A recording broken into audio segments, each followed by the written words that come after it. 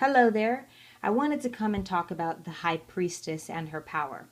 I want to talk about what makes her significant, and then I want to talk about the Hierophant and his power and what makes him significant. As we know, the high priestess and the Hierophant are a unit, are a couple, are each other's counterpart. What makes the high priestess so special is that she rules the subconscious mind. Let's think about her like the soul keeper, the person we pray to. You can even think about her as someone who sits in a cathedral. You go to her and you talk about what's been bothering you or something like that, and you know that your secrets are soul to keep.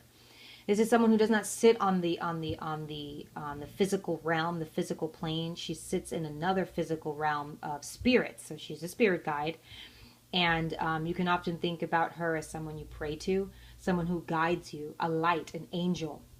Okay, I want to talk about why she's powerful and why she deserves someone like the Hierophant. Okay, now why she deserves someone like the Hierophant is because he is of the same stature. He has his power. He has his great smarts. He rules the subconscious mind. He's a man and he is a leader. But they both sit on a throne in another realm as two, let's just say, soul keepers. Okay, guidance, guides, spirits. Okay.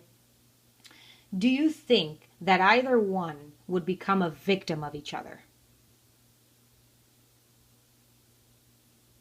So right now I'd recommend looking up the High Priestess's power if you're a Divine Feminine, and looking up what a victim means. We know what the Eight of Swords is. Go ahead and look that card up too. That's what looking like a victim is.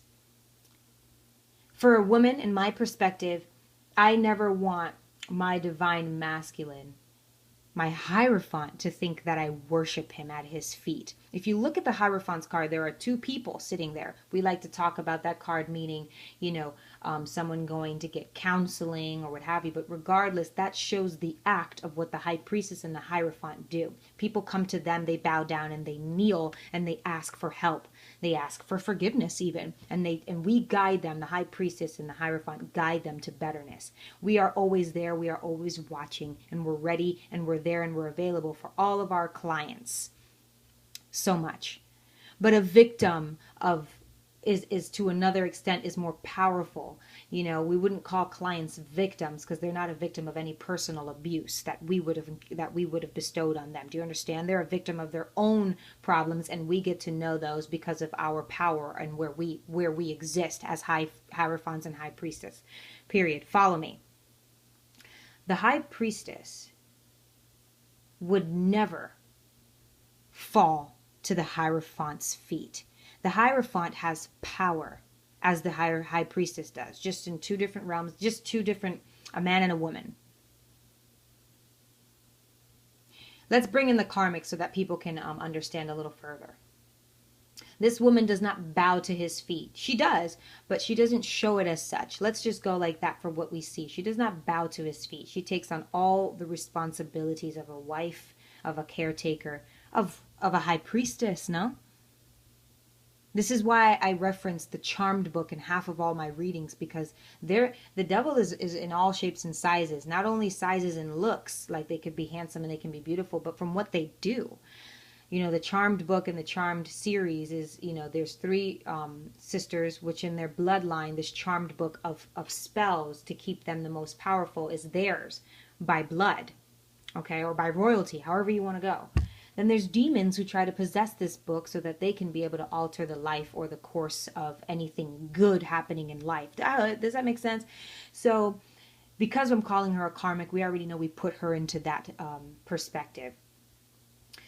But the Divine Feminine, before she sits in the High Priestess chair, has to go through many stages. Look up my videos, you'll see what I mean by this.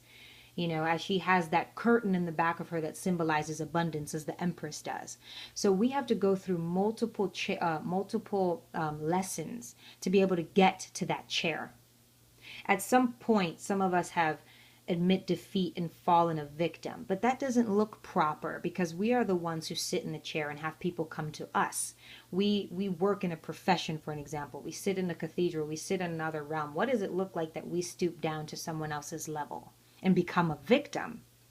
He has power, But do we ever want to be, oh my God, my king, my worshiper? No, no, no. That's what they do for us.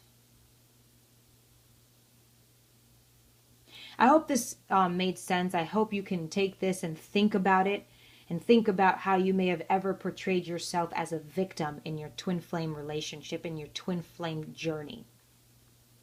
Like I said, the more you stay away from change and evolving, the more you are away from this twin flame journey, the more you are away from your union. If you decided you didn't want union, that's fine. No longer will you be portrayed as a mistress or a victim. Is that all I want to say? So go ahead and think about that. And if you were looking to sit in the high priestess chair, well, from a victim, you have a long way to go. Learn your power, divine feminine, because the more you're going to be name called, it's not going to feel good. It's not going to be pretty. But at this point, if I'm involved, okay, if you subscribe to me, you're going to hear it every day.